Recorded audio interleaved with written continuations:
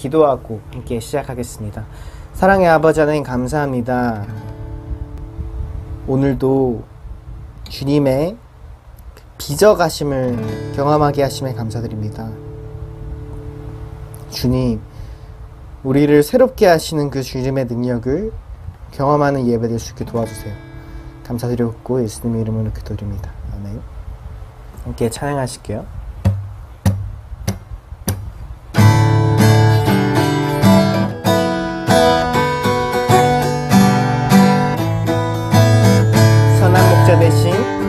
선한 목자 되신 우리 주 항상 인도하시고 푸른 풀밭 좋은 곳에서 우리 먹여주소서. 선한 목자 구세주여 항상 인도하소서. 선한 목자 구세주여 항상 인도하소서. 양의 문이 되신 예수여 우리 영접하시고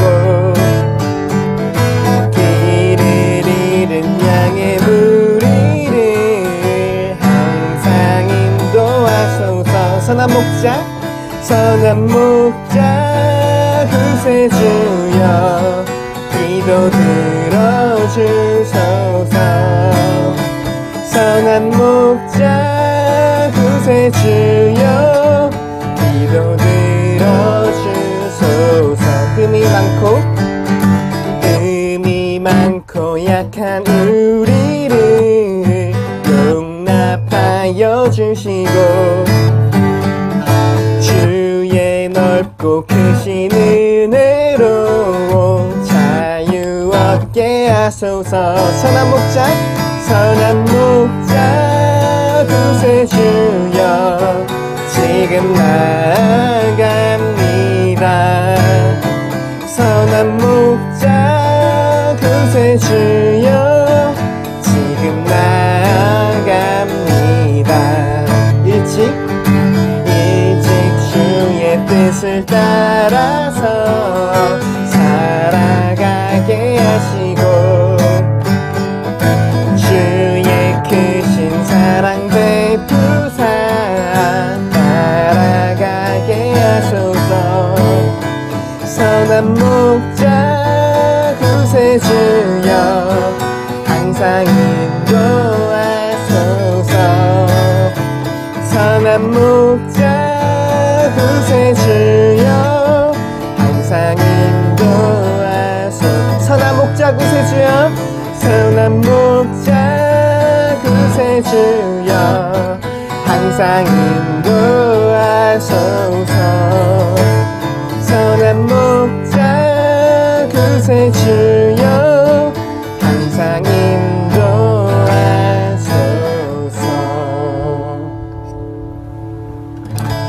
이 시간 잠깐 같이 기도했으면 좋겠는데요. 정말 주님이 선하신 분이심을 고백하십니까? 시편에 보면 주님은 선하시고 그의 인자하심이 영원하시다 이런 찬양이 굉장히 많이 나오는데 정말로 그렇게 고백하십니까? 어떤 상황 가운데서도 우리 주님은 선한 분이심을 고백할 수 있는 그런 삶 되었으면 좋겠습니다. 이 시간 우리 같이 기도하실 때 우리를 빚어가시는, 새롭게 빚어가시고 인도해 가시는 그 선하신 주님을 함께 찬양하며 또 함께 기도했으면 좋겠습니다. 같이 기도드리겠습니다. 사랑의 아버지 하나님 감사합니다. 주님의 선하심을 찬양합니다. 주님의 선하심을 높여드립니다. 주님의 선하심을 노래합니다.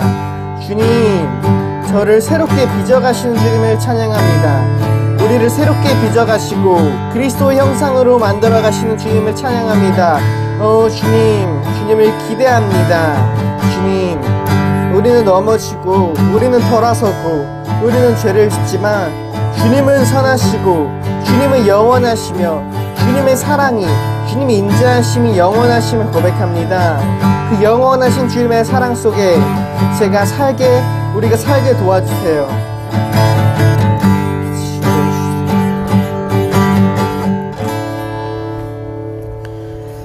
사랑의 아버지 하나님 감사합니다. 우리를 새롭게 빚어가시고 새로운 삶을 허락하신 주님, 그 주님의 손길이 선하심을 고백합니다. 비록 지금 우리가 느끼는 삶의 어려움과 우리가 느끼는 것들은 쉽지 않다고 할지라도, 마치 상반되는 것처럼, 주님의 선하심과는 상반되는 것처럼 보인다고 할지라도 여전히 주님은 선하심을 고백합니다. 그 주님의 선하심과 인자하심을 영원히 찬양할 수 있는 우리 될 수 있게 도와주세요. 감사드리고 예수님의 이름으로 기도드립니다. 아멘. 이 시간 사도신경으로 우리 신앙을 고백하시겠습니다.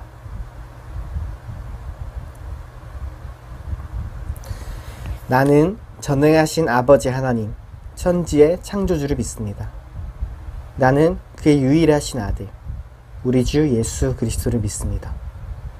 그는 성령으로 잉태되어 동정녀 마리아에게서 나시고 본디오 빌라도에게 고난을 받아 십자가에 못 박혀 죽으시고 장사된 지 사흘 만에 죽은 자 가운데서 다시 살아나셨으며 하늘에 오르시어 전능하신 아버지 하나님 우편에 앉아 계시다가 거기로부터 살아있는 자와 죽은 자를 심판하러 오십니다.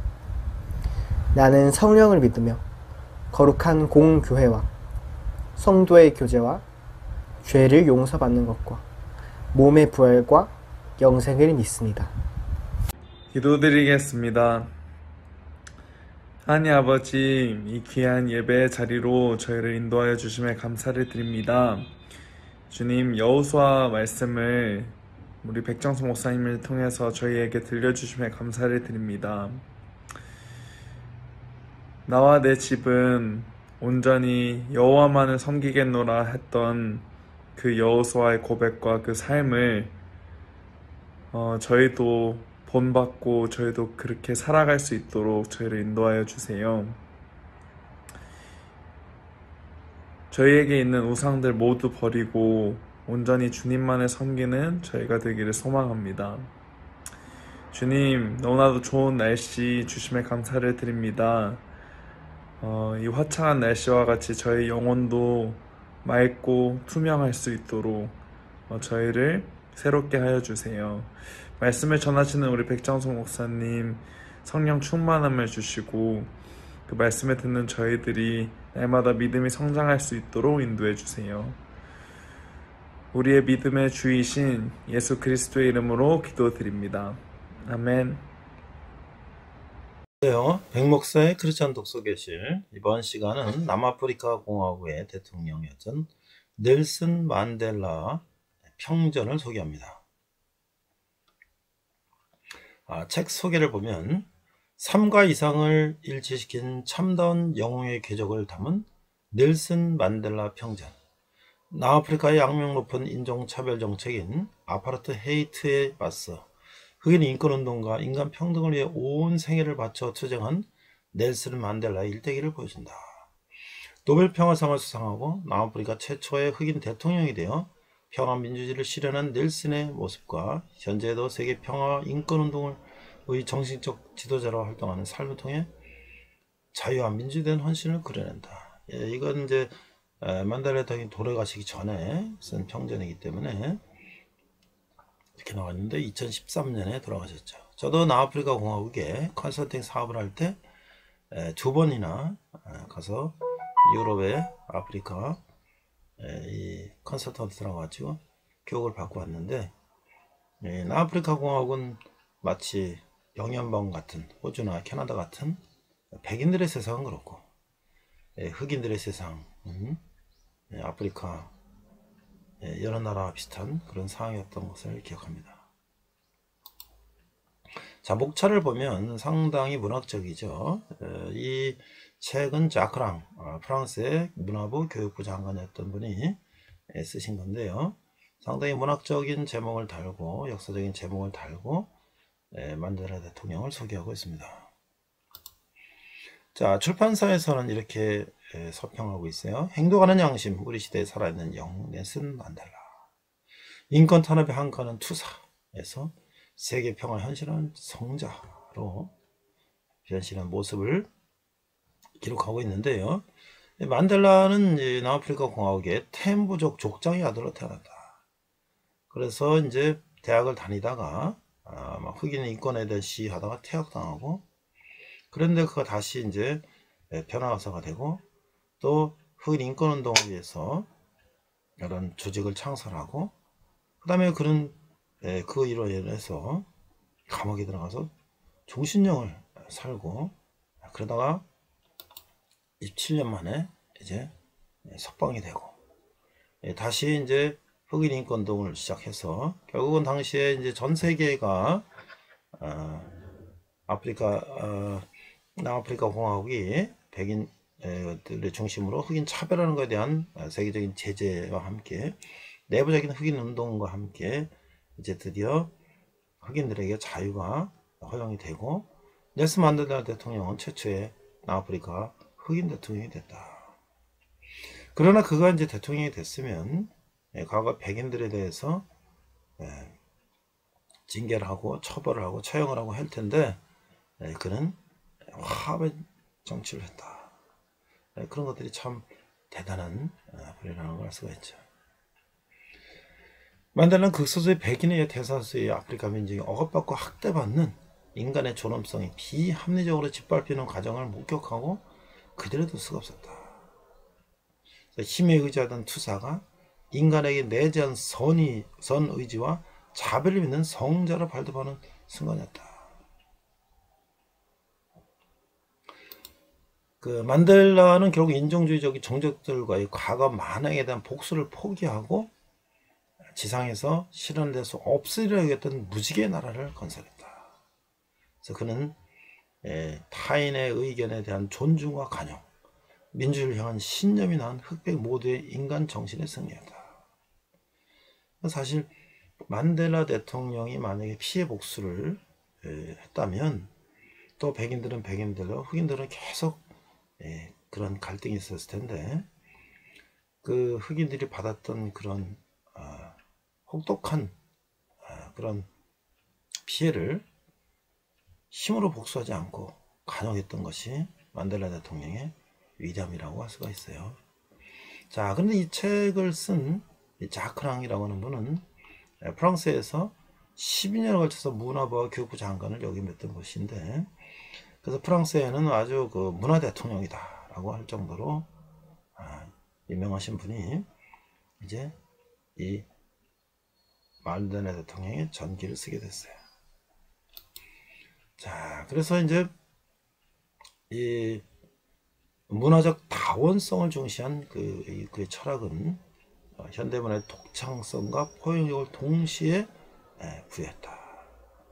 그래서 이 프랑스는 뭐냐, 자유, 인권, 박애 이런 정신이 프랑스 혁명을 통해서 유명하잖아요. 그래서 이제 자크랑은 이 만델라를 다룬 기존의 저서들과 달리 연극적 형식 안의 세계라는 큰 무대에선 존재감의 배우로서의 만델라를 묘사하고 있다. 그래서 이 제목들이 역사적인 그런 인물들이 나오는 거예요. 그래서 연극의 한 장면으로 꾸며진 각 부에서 만델라 역할은 각각 체제 수능적 태도를 벗고 투사로 거듭나는 안티고네, 샤프빌 학살 이후에 국민의 창을 조직해 무장투쟁을 주도하는 스파르타쿠스, 리보니아 재판과 함께 27년간 로벤 아일랜드의 감옥에 낳는 바에 묶인 프로메테우스, 아파르테헤이를 종식시키기 위한 협상력을 발휘하는 지도자 프로스페로, 그리고 1인 1표제의 대통령이 당선된 흑백 갈등 치유와 세계 평화를 위해 일하는 넬슨 왕이다. 역사적인 인물을 넬슨 만델라에다가 대입시켜서 썼는데 아주 참 재미있을 것 같죠. 저도 2003년 4년 컨설팅 사업할 때 남아프리카 공화를 갔지만 벌써 아파라이트 회의가 이제 백인들이 흑인들을 차별하고 어떤 지역에 한정시켜서 거주하게 하고 여러 가지 이제 출입증이 있어야 시내에 들어오고 뭐 여러 가지 그런 제약을 했는데 그것이 풀려진 지가 좀 됐는데도 흑인들이 이제 자유롭게 시내를 다니지만 또 한편으로는 뭐 여러 가지 이제 치안 문제라든지 뭐 약간 혼란한 그런 상황 속에 있었어요. 그리고 또 제가 오고 나서 얼마 안 됐을 때 넬슨 만델라 대통령의 아들이 에이즈에 걸려서 사망했던 뉴스도 봤어요. 에이즈라는 것도 뭐 꼭 어떤 그런 성행위를 통해서 일어날 수도 있고 뭐 수혈이라든지 뭐 여러 가지로 또 어린 아이들은 또 유전적으로도 그런 감염이 되는 참 어려운 그런 상황들이죠. 근데 어쨌든 이 자크랑은 이 만델라 대통령을 표현할 때 무조건 미화되고 포장되지 않는다. 오히려 그는 확신을 지녔으면서도 때로는 두려워하고 때로는 부끄러워하고 때로는 비겁하기도 한 소시민의 면모를 보여준다. 우리는 바로 이 주저하고 어리숙한 모습이 만델라에게 인간적으로 공감한다. 우리와 마찬가지로 초라한 일상을 살아가지만 이상과 행동이 일치된 삶을 구현하려 해서는 그에게서 인간 모두에게 깃든 위대함을 확인할 수 있기 때문이다. 자, 이게 참 이 만델라 대통령 같은 이런 인물이 있었기 때문에 남아프리카 공화국이 백인 중심의 소수 백인 중심의 국가에서 백인과 흑인이 동등하게 사는 서로 원수를 갚지 않고 무지개 레인보우처럼 무지개처럼 조화가 이루는 나라로 된 것을 이제 하나하나씩 이렇게 기록하고 있어요. 자유와 민주를 위해 실천적인 모범을 보이려고 노력해온 정치인이자 예술가라는 만델라와의 공통부분을 통해 자크랑은 정치가가 바라보는 정치가에 대한 평가를 넘어 오늘 정치가 지닌 의미로까지 우리의 사고를 확장시킨다. 여기 보니까 이제 마이클 잭슨도 만델라 대통령 방문해서 같이 이렇게 찍은 사진도 있죠. 자크랑에 있어서 정치는 직업이 아니라 하나의 소명이다. 그것은 운명적이고 또한 공공선에 대한 치를 모르는 정렬이다. 그래서 영웅을 반드시 필요하는 시대는 불행하다. 그러나 영웅이 사라진 시대 또한 불운하다. 만델라 같은 시대를 살아가는 우리는 불굴의 정신으로 고난과 좌절을 이기고 삶과 이상을 일치시킨 참다운 영웅의 궤적과 민주의 궁극적인 승리를 동시에 목격한 행복한 증인이다. 이렇게 소개하고 있습니다. 넬슨 만델라 대통령의 평전을 한번 읽어보면서 그가 받은 고난을 원수로 갚지 않고 그것을 화합을 통해서 나라를 새롭게 발전시킨 넬슨 만델라 대통령을 한번 읽어보기를 권합니다. 이상 백 목사의 크리스찬 독서교실이었습니다. 이번 시간은 여호수아 사사기 두 번째 시간으로서 땅의 분배라는 제목으로 말씀을 나누고자 합니다. 오늘 본문은 여호수아 24장 15절 말씀을 자막으로 함께 읽도록 하겠습니다. 또 영어 성경으로 NASB 버전으로 함께 읽도록 하겠습니다.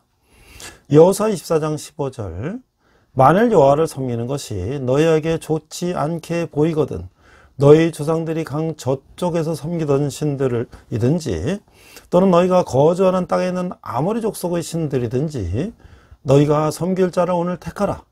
오직 나와 내 집은 여호와를 섬기노라 하니. 자, 우리 NASB 버전을 보니까 Joshua 24장 15절 And if it is disagreeable in your sight to serve the Lord, choose for yourselves today whom you will serve, whether the gods which your fathers served, which were beyond the river, or the gods of the Amorites in whose land you are living. But as for me and my house, we will serve the Lord. 이렇게 되어 있습니다. 자, 이 여호수아에서의 그 땅의 메시지는 무엇인가? 가나안 땅은 여호수아에서의 핵심 내용이죠. 그 땅은 애굽에서 노예에 불과했던 이스라엘에게 전적으로 주신 하나님의 선물이며 조상들에게 약속하신 것을 이루어 주신 것이었다. 그러므로 가나안 땅은 이스라엘에게 약속을 신실히 지키시는 하나님의 성실하심을 증거하는 것이다 라고 하는 것이죠. 또한 이스라엘에게 가나안 땅은 자유와 해방을 상징적으로 묘사하는 것이다. 이스라엘이 요단을 건너가서 할례를 행함으로써 그들의 수치가 이제 없어졌다는 것이라든가, 또 만나가 그치고 그 땅의 소산을 먹게 된 것은 노예살이의 과거가 지나갔고 자유가 보장되었다는 것을 알려주는 것이죠. 가나안을 이스라엘이 소유한 것은 이방 민족에게도 의미를 주는 것이었어요.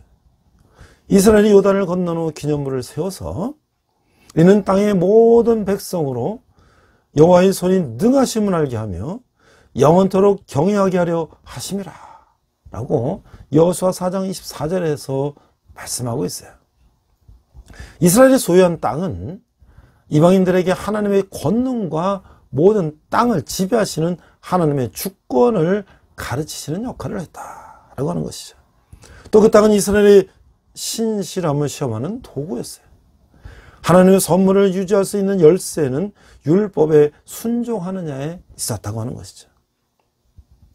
불순종하면 오히려 하나님이 그들을 그 땅에서 멸절하신다고 경고하셨죠. 순종은 하나님의 선물을 받아 누리는 중요한 요소였던 것입니다. 그러나 그들은 하나님의 율법에 불순종함으로 그 땅에서 쫓겨나는 비참한 결과를 초래했다고 하는 것이죠. 우리가 앞으로 배울 이제 역대상하, 열왕기상하, 사무엘상하 보면 결국 이스라엘은, 북이스라엘은 아수르에 멸망당하고 남쪽 유다는 바벨론에 멸망하고 포로로 잡혀가는 그런 신세가 됐다는 거예요. 왜? 여호와의 율법을 따르지 않았기 때문에. 여호사는 땅을 통해서 하나님의 진실하심을 계시하고 그의 백성들이 순종하도록 도전하고 있는 것이죠. 땅에 대한 여호수아의 이 메시지는 오늘날 우리에게도 동일한 교훈을 주고 있는 것이죠. 자, 여호수아 13장 21장 오늘 여호수아 하반부인데요. 가나안 땅을 정복하여서 이제 지파별로 땅을 분배해 줍니다. 지파별로 분배한 땅은 요단 동쪽에는 갓, 므낫세 반 지파, 르우벤 지파가 남아서 살고 있어요. 이 각 지파 땅 분배도 점령한 땅을 하나님의 뜻대로 분배하는 거예요. 이 땅은 바로 아브라함의 언약을 통해서 약속하신 하나님 나라를 이루시기를 약속하신 그 약속의 신실하신 실천이라고 하는 거예요. 이 땅의 분배로 그 땅이 온전히 하나님의 영역이 되었다는 것이 아니고 이제 각 지파는 그 지역에서 하나님의 진멸 명령을 수행해야 된다고 하는 것이죠. 이 땅을 이스라엘에게 주어졌기 때문에 이스라엘은 하나님의 명령대로 그것을 실천해 나가야 된다고 하는 것이죠. 그러나 이스라엘이 하나님의 명령도 실천했습니까? 아니죠. 그들은 계속 실패했던 것이죠. 그것은 사사기를 통해서도 볼 수 있고 사무엘상하를 통해서 열왕기상하, 역대상하를 통해서도 이스라엘 실패를 볼 수가 있던 것이에요. 오늘 우리 삶도 그런 실패의 연속일 수가 있는 것이죠. 자, 레위지파에게는 땅 분배가 없는 이유가 무엇일까요? 레위지파는 한 지역에 머물 수 없는 지파예요. 그들은 성막을 관리하며 하나님의 제사를 맡으며 각 지파에게 하나님의 율법을 가르치는 일을 해야 되기 때문에 그래서 각 지파가 그 레위지파의 생계를 책임져야 되는 거예요. 그 오늘날 우리 목사님들이 성도님들을 섬기고 교회를 섬기는 목사님들에게 사례를 하는 거나 마찬가지죠. 이게 다 이제 구약의 전통에서 연해된 것이죠. 오늘 사사기에 보듯이 이들은 그 사명을 감당하지 못했고 그것은 결과적으로 이스라엘 사람들이 가나안을 진멸하지 못함으로써 이 가나안의 이 진출은 점령으로만 끝났지 정복은 하지 못했고 결국 이스라엘은 가나안 족속과 섞이게 되었다는 것이에요. 다시 말하면 이스라엘은 무력으로 침공하여 공간으로 땅은 확보했지만 그의 문화를 뒤집어 놓지는 못했다고 하는 것이에요. 사사기야 이 사사정치 제도는 하나님의 나라를 이룰 수 있는 하나님의 독특한 통치 방법이지만 그들은 오히려 이방인 문화에 젖어 그 제도를 정착시키지 못하고 이방의 정치제도인 왕정제도를 도입하는 거예요. 이 삼손이 그렇죠. 삼손이 이 들릴라 블레셋 여인을 사모해서 나시린의 그 규례를 어기고 결국 눈이 뽑히고 이제 연자방아를 돌리는 그런 신세가 됐는데, 그래서 결국은 이스라엘 백성들도 사사기에 보면 우리도 왕을 달라, 우리도 팔레스타인처럼 왕을 달라, 이렇게 되는 것이죠. 결국 그들이 그 문화의 종교 정치제도에 섞였다는 것을 의미하는 거예요.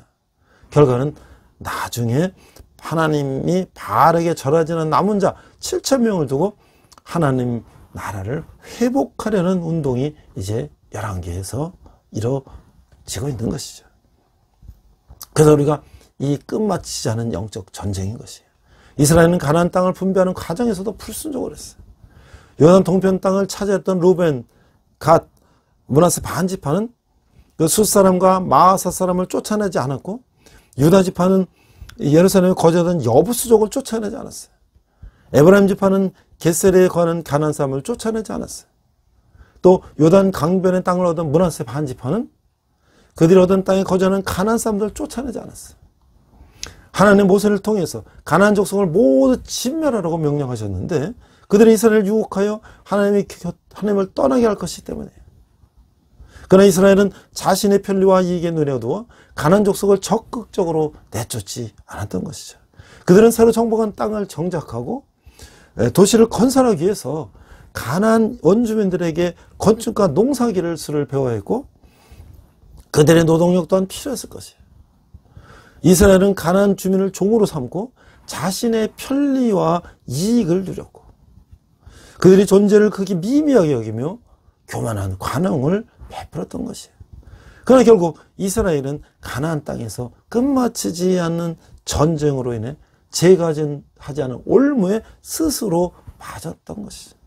그렇게 하나님을 떠나게 되었고, 사사시대에는 잦은 전쟁에 시달리게 되었다고 하는 것이죠. 이스라엘의 이 모습은 눈앞의 기득권에 눈이 어두워서 하나님의 뜻을 저버려서는 안 된다는 것을 우리에게 교훈하고 있어요. 거룩하신 하나님 앞에서는 큰 죄나 작은 죄나 구별이 없다고 하는 것이죠. 그러므로 그리스도인은 아무리 실질적인 유익이 눈앞에 있다 할지라도 일상생활 중에서 사소한 죄로도 용납하지 않도록 늘 주의해야 된다고 하는 것이죠. 그런 그 이스라엘 백성들이 가나안 땅에 가서 그들의 편리대로 그 안에 이방 족속들을 노예로 삼고 그들과 함께 살던 그 버릇이 수천 년이 지나서도 계속 유지가 됐는데, 이제 유럽 사람들이 아프리카나 또 이제 미주, 남미나 이 아메리카 북쪽 이 대륙을 발견하고 거기서 농사를 지면서 노예가 필요하니까 그들이 이제 영국에서 이제 이런 화물선으로 위장한 배가 아프리카 이제 가나나 이쪽에 저반하면 노예 상인들이 앞으로 들어서 총으로 쏘면서 노예를 잡아다가 가두는 노예들을 배 밑창에다 싣고 다 쇠고랑을 채워서 싣고 그 배는 대상을 건너서 이제 미국 대륙으로 가는 거예요. 그래서 미국 대륙에서 이제 노예들을 팔아먹는 것이죠. 그 노예들은 다 가족들이 있고 부모와 자식들이 있는데 다 뿔뿔이 흩어지게 팔아먹는 그런 노예 제도가 그 이스라엘 백성들의 후손들이 그렇게 그 죄악을 계속 저지르고 있었던 것이죠. 이 1977년에 미국의 알렉스 헤일리라고 하는 사람이 뿌리, 루츠라고 하는 이 소설을 썼어요. 그래서 이 책이 미국의 흑인들은 어떻게 해서 아프리카에서 오게 됐고 어떤 어려움을 겪으면서 이 미국 사회에 정착하게 됐는가를 7대 할아버지부터 콘타킨테 그 할아버지부터 내려오는 역사를 기록한 책이에요. 그 미국 사람들의 백인들의 눈에 보면 이 흑인들은 게으르고 무식하고 이 노예들이라고 생각할지 모르지만 그들은 아프리카에서 편안하게 행복하게 살았었는데 백인들이 강제로 노예선을 태워서 미국 대륙에서 노예로 삼았기 때문에 그렇게 보이지만 그들은 거슬러 올라가면 그들도 강한 자존심을 가진 유능한 사람들이었다는 거예요.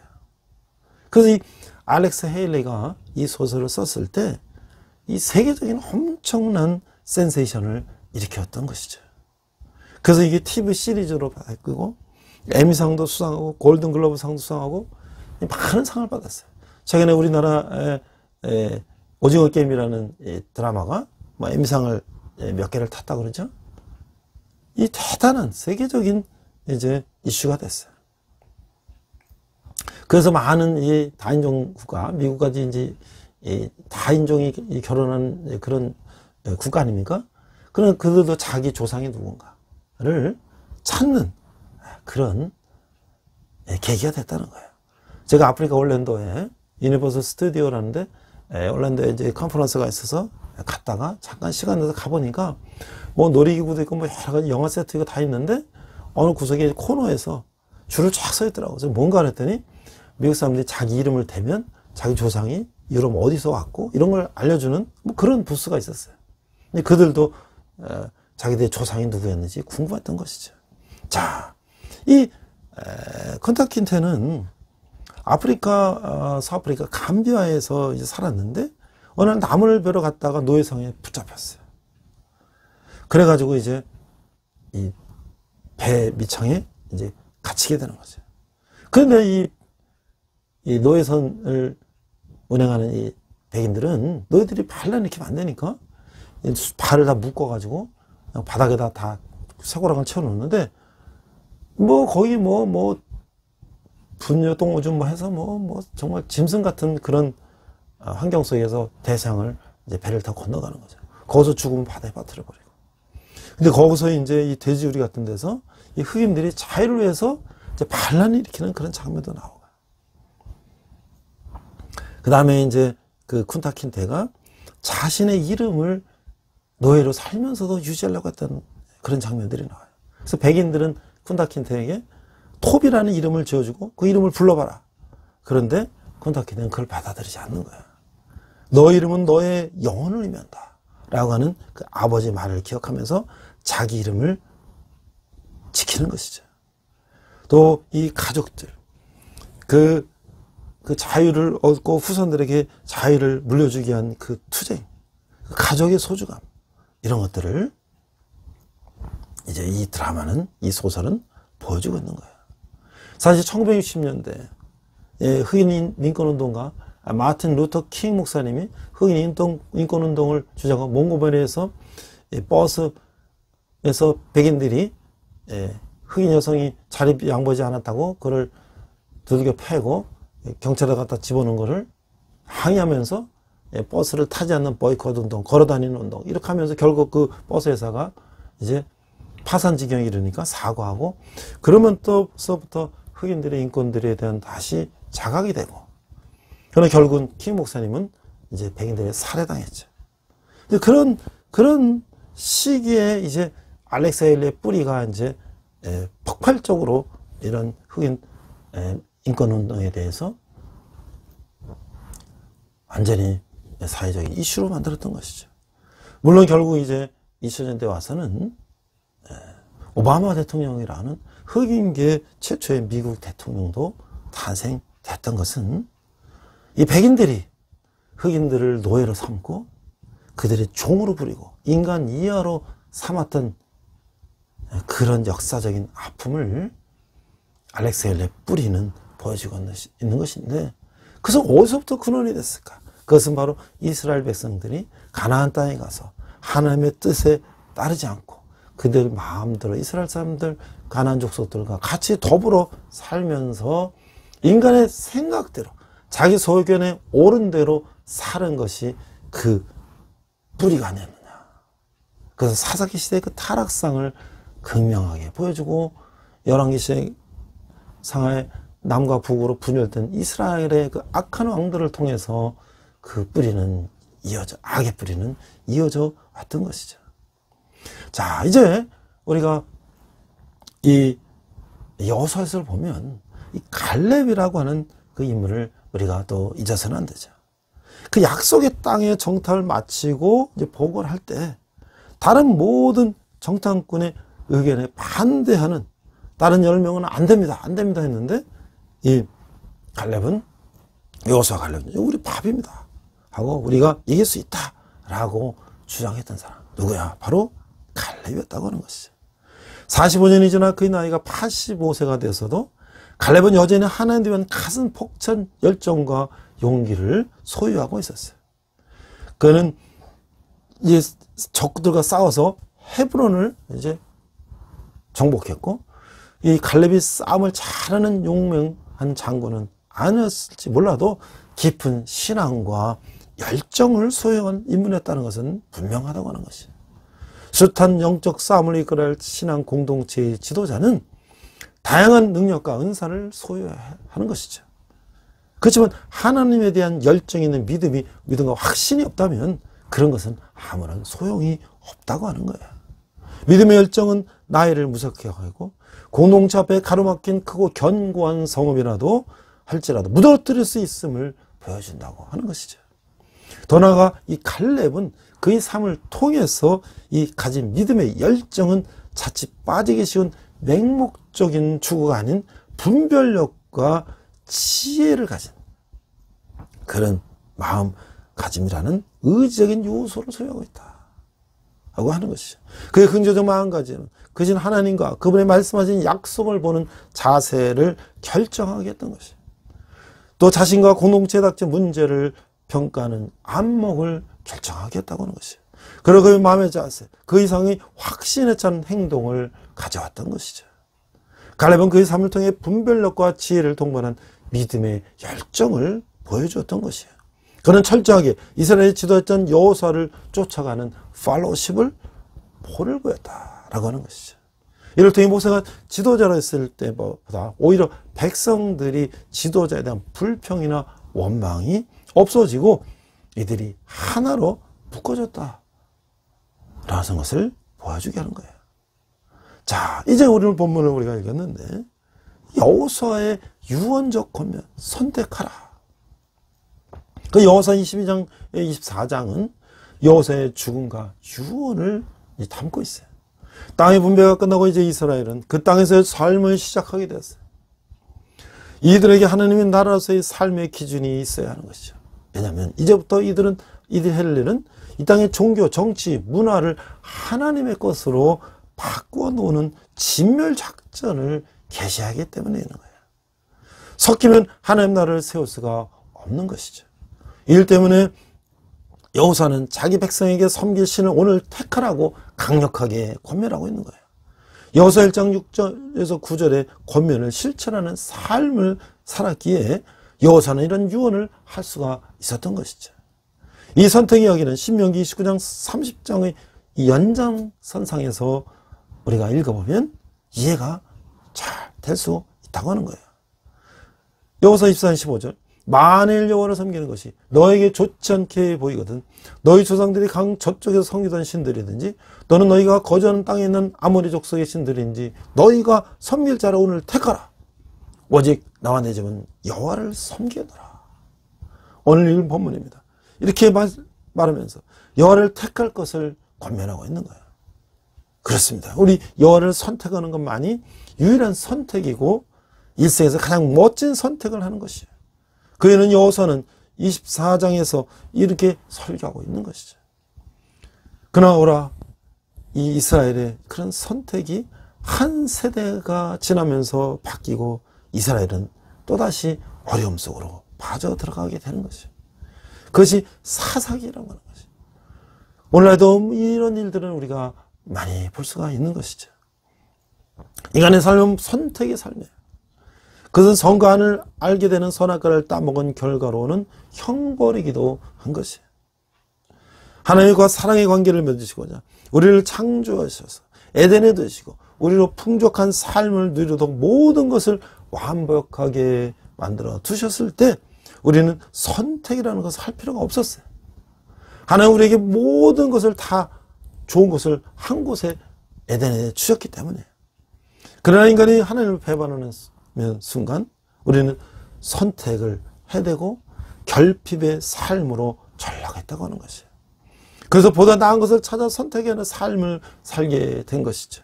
그래서 그 에덴의 풍요로움으로부터 쫓겨난 인간은 결핍의 삶을 살아야 했고, 제한된 자원 속에서 보다 나은 삶을 찾아 선택을 해야만 하는 그런 짐을 지게 되었다라고 하는 것이죠. 우리가 너무나 잘 아는 미국의 시인 프로스트는 그의 시 가지 않는 길의 마지막 연에서 선택의 의미가 무엇인가를 잘 보여주고 있어요. 그 선택의 결과는 선택지가 선택한 자가 지는 거예요. 우리의 삶은 우리의 선택의 결과라는 것이죠. 이 프로스트의 가지 않은 길을 우리 인생에 내가 어떤 길로 갔냐, 저떤 길로 갔냐라는 것을 생각하면서 읽었는데, 오늘은 하나님의 길이냐, 세상의 길이냐로 생각하면서 다시 한번 읽어보도록 하겠습니다. 노란 숲속의 길이 둘로 갈라져 있었다.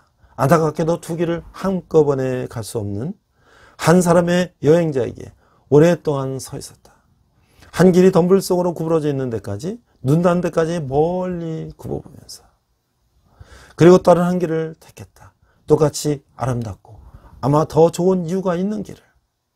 불이 우거지고 별로 닿지 않았기에 그 점을 말하자면 팔자취로 다른 건 두 길이 사실 비슷했지만, 그리고 그날 아침 두 길은 똑같이 아직 더럽혀지지 않은 낙엽에 묻혀 있었다. 나는 첫 길은 훗날을 위해 남겨뒀다.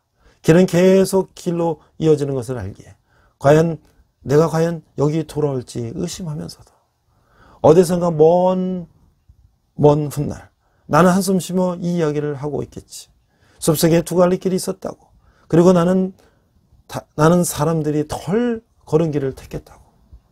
그로 인해 모든 것이 달라졌다고. 그렇습니다. 우리가 하나님의 길을 택한 자와 세상 길을 택한 자는 달라도 너무나 달라져 있는 것이죠.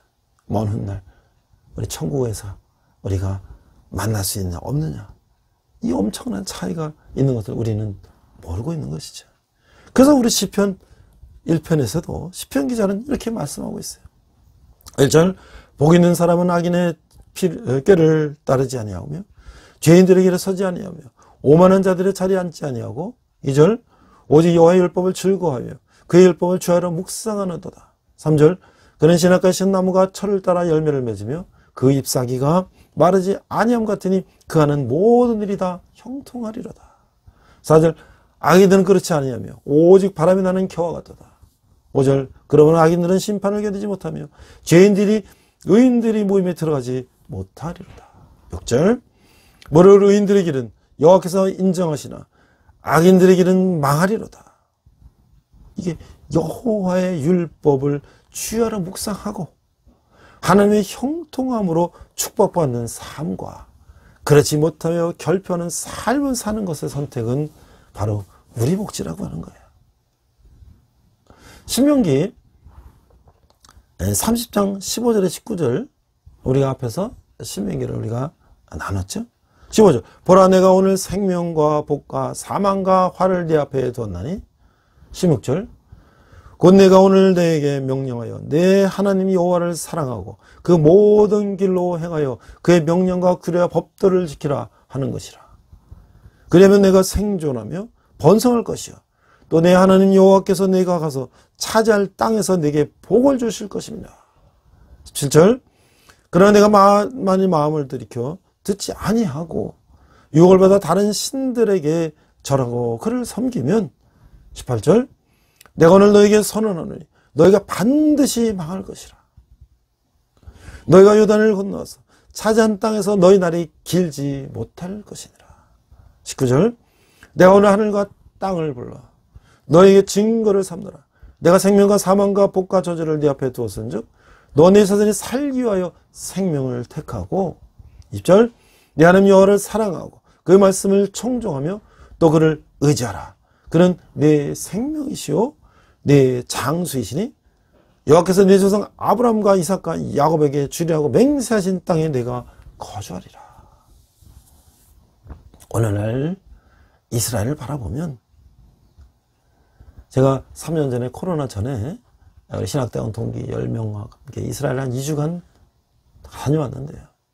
물론 예루살렘이라고는 이제 옛 수도이니까 더 할 수도 있겠지만, 그들은 정말로 이 유대교의 국가, 유대교의 생활, 유대교의 사회, 유대교의 가족, 모든 것이 그 하나님 안에 있는 백성이 됐어요. 왜?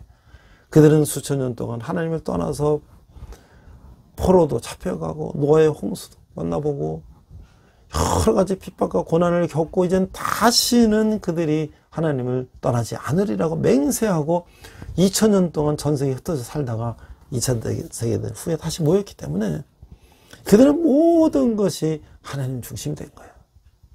그렇기까지 그들은 얼마나 많은 고난을 겪었습니까? 수천 년 동안 침략을 당하고 죽임을 당하고 포로로 잡혀가고 죽고 로마의 핍박을 당하고 히틀러의 핍박을 당하고, 그래서 이제는 그들은 하나님을 떠나지 않는 것이에요. 그러기 전에 우리가 하나님에 거하면 우리가 얼마나 고난을 겪지 않고 행복한 삶을 살 수 있을까? 오늘 마지막 이제 만델라 대통령 이야기를 하고 오늘 말씀을 마치고자 합니다. 아파르테이드라고 하는 것은 앞서도 잠깐 얘기했지만 흑인들을 서울 같으면 어느 지역 어느 동에 흑인들을 집단 거주시키는 거예요. 그 지역을 벗어날 때는 통행증이 있어야 돼요. 만약에 그 지역에 살다가 시내 중심가에 어느 호텔에 내가 청소부로 일을 하게 되면 통행증이 있어야지 그걸 가지고 이제 그 버스 같은 것도 대중교통이 백인들은 다 자가용 타고 다니고요. 흑인들은 봉고차 같은 거. 그래서 아주 저기 변두리 동네에서 봉고차는 이제 여러 명이 탑니다. 타면은 우리로 치면 뭐 여기서 이제 저 서대문에서 뭐 저 구파발에서 출발하면 뭐 불광동을 해서 뭐 여신내를 해가지고 뭐 서울역을 해가지고 또 돌아서 다시 또 가고 말이죠. 저쪽이면 또 뭐 신림동에 출발하면 거기서 출발해갖고 뭐 어디를 해서 어디를 해갖고 서울역 가서 갔다 가고 그런 식으로. 그런데 경찰이 다 검문을 하기 때문에 그렇게 살았어요. 그런데 그것은 흑인들을 완전히 노예화시키고, 그죠? 인간 이하 취급하는 거죠. 백인들은 전부 고층 빌딩에서 막 벤츠, 아우디 막 이런 거 타고 다니고, 흑인들은 정말 그 판자촌 같은 데서 그냥 수돗물도 없어서 그냥 어디 가서 떠오고 말이죠. 판자촌에 타닥타닥 한 데 살고. 자, 그런 수십 년 동안 그런 세월을 지내오니까 전 세계에서 이제 남아프리카 공화국 백인 정부에 대해서 이제 제재를 가하시겠어요.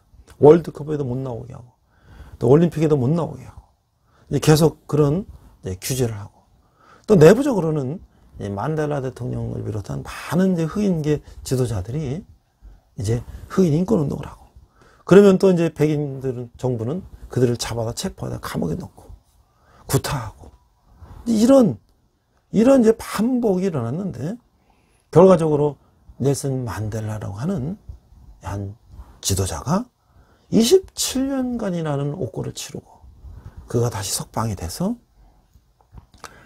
아프리칸 내셔널 뭐 컨퍼런스 뭐 이런 ANC 뭐 이런 어떤 이제 단체를 조직하고 그가 이제 흑인 인권 운동을 계속 주장하니까 정부에서도 이제 사면초가 된 거죠. 백인 정부에서도 전 세계 제재가 강하고 내부적으로는 흑인들이 이제 데모를 하고 하니까 결국은 이제 그 흑인들의 내외적인 압력, 또 외부적인 전 세계의 압력을 견디지 못하고 이제 넬슨 만델라와 그 당시에 백인 대통령인 데클레르크 대통령과 이제 협상을 하게 된 거예요. 그 1993년 그들은 함께 노벨 평화상도 받게 됐죠.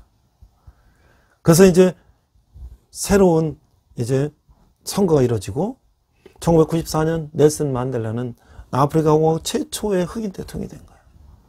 그래서 그는 진실과 화해위원회를 조직해서 투투 주교라고 하는 성공의 주교를 위원장으로 세워서 과거의 죄악을 저질렀던 백인들을 잡아다가 처형하는 것이 아니라 그들을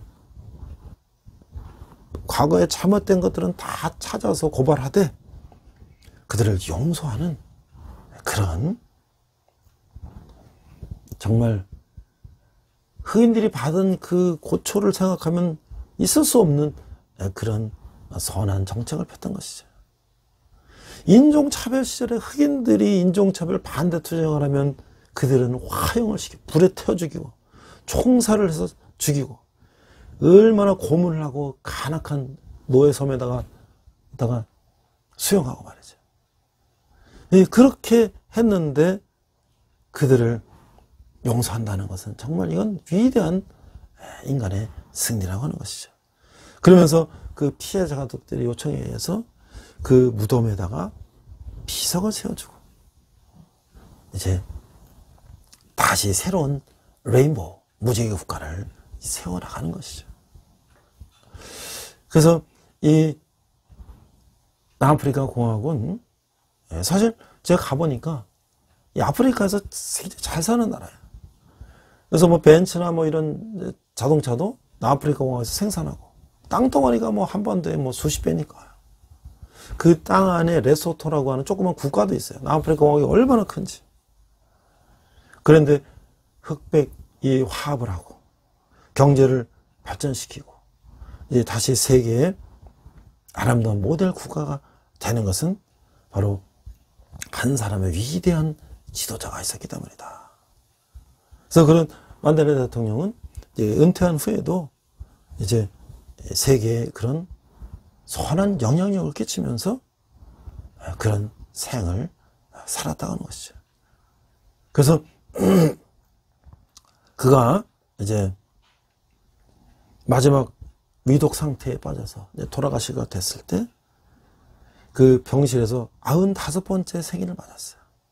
그래서 그 딸이 이렇게 얘기했어요. 아버지는 헤드폰을 착용하고 텔레비전을 보고 있고 웃음을 보였다. 이렇게 얘기를 했어요. 그래서 이제 2013년에 넬슨 만델라의 달이라고 유엔에서는 정하게 되었고 2013년 95세로 그는 이제 평화롭게 숨을 거뒀어요. 가족들 품에서. 그래서 그는 그 넬슨 만델라 대통령은 전 세계 자유와 인권 평화 메시지를 전했다. 그래서 우리나라의 김대중 평화센터에서도 그런 메시지를 보냈다고 하는 거예요. 자, 우리가 오늘 여호수아를 보면서 그 넬슨 만델라 대통령과 오버랩하면서 그가 최초의 흑인 대통령으로서 아프리카 공화국을 새로운 국가로 건설하도록 했던 그의 노력을 보면서 그가 임기를 마치고 내가 연락해줘야 된다, 연락하지 말라. 그런 말을 마치고 정계를 떠났고 또 이제 그가 마지막 죽기 전에 나는 대단한 인간이 아닙니다. 단지 노력하는 노인일 뿐입니다. 라고 겸손하게 그 얘기를 했던 그의 겸손함을 보면서 그의 믿음을 보면서 우리가 모세를 생각할 수 있는 거예요. 120세를 사는 동안 눈이 흐리지 않고 기력도 세하지 않은 모세는 죽음을 앞두고 이렇게 말했어요. 우리의 연수가 70이요 강건하면 80이라도 그 연수의 자랑은 수고와 슬픔뿐이요 신속해 가니 우리가 날아가나이다. 시편 90편 10편에서 이렇게 말씀하셨죠. 우리 모두는 한 번은 이제 죽는 존재. 죽은 뒤에 우리는 심판을 받게 되는 거예요. 오늘이 내 인생의 마지막 날이라면 나는 지금 무엇을 하겠습니까? 죽음을 망각한 삶과 죽음이 시각 다가오는 것을 아는 삶은 완전히 다르다는 것이죠. 우리는 하나님 앞에서 부끄러울 것이 없는 자로 설 수 있어야 한다는 것이죠. 그래서 여호수아는 이제 가나안 땅에 살고 있는 이스라엘 백성에게 자신의 뿌리를 이야기하고 있어요. 겉으로는 다를 바가 없어 보이지만 뿌리를 거슬러 가면 이스라엘은 가나안 족속과 다른 근본적인 차이가 있는 것이에요. 하나님의 능력과 인도가 배후에 있다는 것이에요. 강가의 배를 잃어보지 않으려면 우리가 태풍이 불고 풍랑이 불고 할 때 줄로 단단히 베어놔야 돼요. 그리스도는 자신이 누구며 무엇을 하는 사람인지 바로 알아야 되는 것이에요. 구원 약속의 성취는 오늘 우리에게도 동일하게 적용되는 것이에요. 하나님을 의지할 때 세상을 이길 수 있는 것이 우리 믿음으로 준비만 되면 다른 것은 하나님이 채워주신다고 하는 거예요. 하나님의 백성은 삶은 부르심과 구원, 정복으로 변된다고 하는 것이에요. 부르심과 구원은 하나님이 하시는 거지만 정복은 하나님의 능력으로 우리가 해야 되는 것이죠. 이것도 우리 힘으로 하는 것이 아니에요. 오직 하나님 뒤만 따라가면 정복은 자연스럽게 이루어지는 것이죠. 네, 한번 기도하겠습니다. 하나님 아버지 은혜를 감사합니다.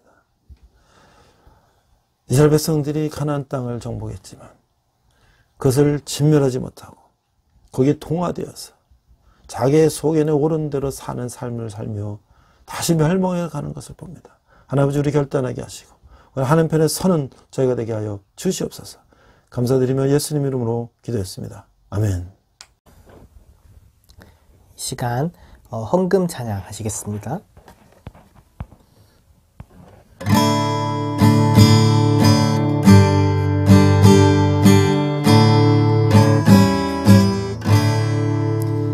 내게 있는 모든 것을 아낌없이 드리네. 사랑하고 의지하며 주만 따라 살리라. 주께 드리네. 주께 드리네. 사랑하는 구주 앞에 모두 드리네. 아멘.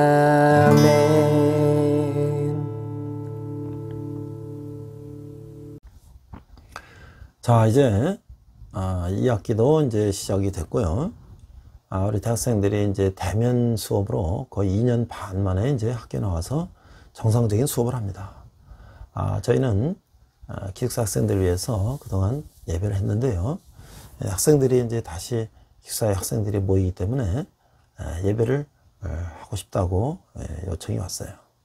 근데 제가 생각해 보니까 사실 코로나 이전에도 지역사회에 이런 다문화 어린이들, 중고생들이 많이 있고 그들을 섬기는 이제 그런 센터들이 있는데, 저는 우리 대학생들이 전국에서 모인 고급 인력들이 우리끼리 모여서 우리끼리 예배하고 우리끼리 밥 먹고 우리끼리 교제하는 것도 좋지만 우리가 지역에 나가서 그 아이들과 함께 성경도 가르치고 찬양도 하고 아이들의 교사가 돼주고 또 우리가 거기서 예배하고 이런 것이 더 좋은 것이 아닌가라고 생각을 했는데 사실 여건이 허락지가 않았습니다. 근데 이번에 다시 저도 다문화 멘토링이라는 과목을 다시 개설하고 지역사회에 있는 다문화 어린이들을 이제 공부 가르치고 케어하는 그런 과목도 하고 있는데요.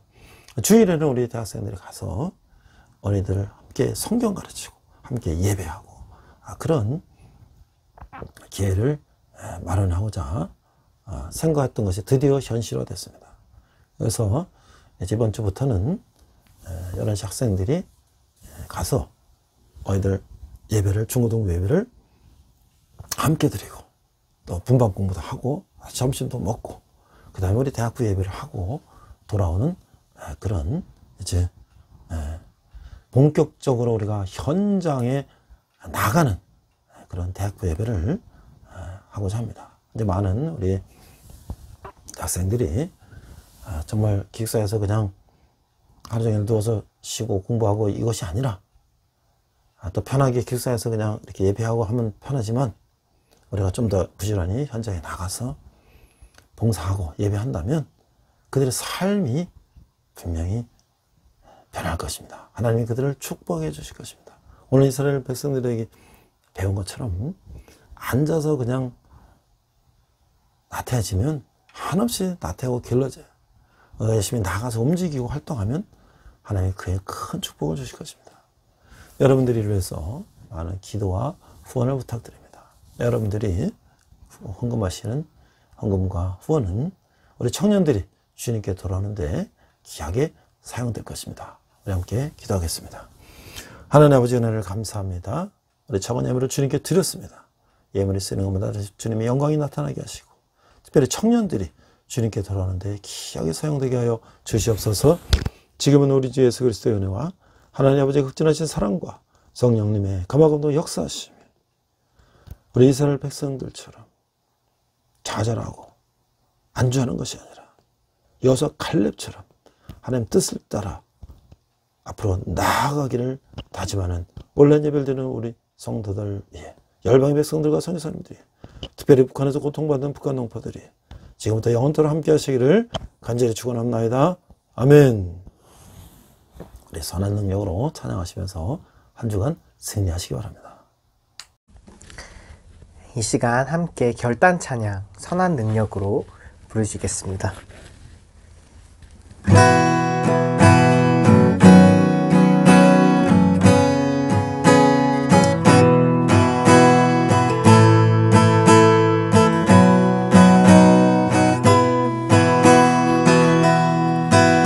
그 선한 힘에 고요히 감싸여 그 놀라운 평화를 누리며 나 그대들과 함께 걸어가네. 나 그대들과 한 해를 여네. 지나간 어물 어둠의 날들이 무겁게 내 영혼 짓눌러도 오 주여 우릴 외면치 마시고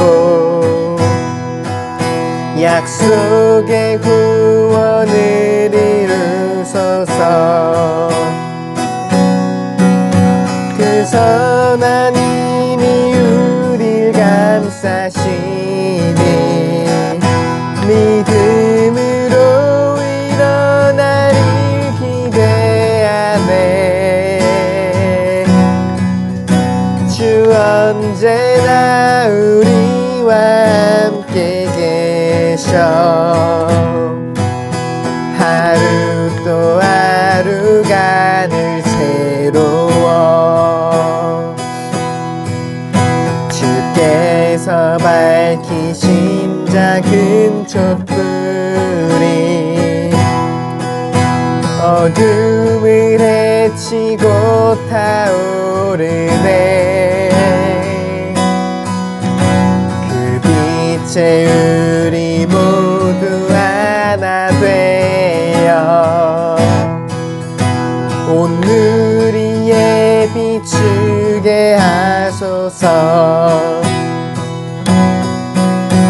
그 선한 힘이 우리 감싸시니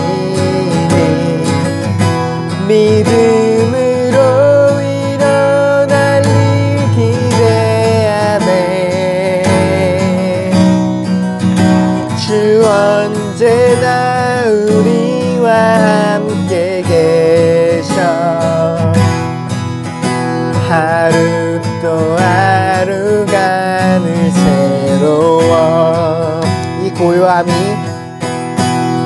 고요함이 깊이 번져갈 때 저 가슴 벅찬 노래 들리네.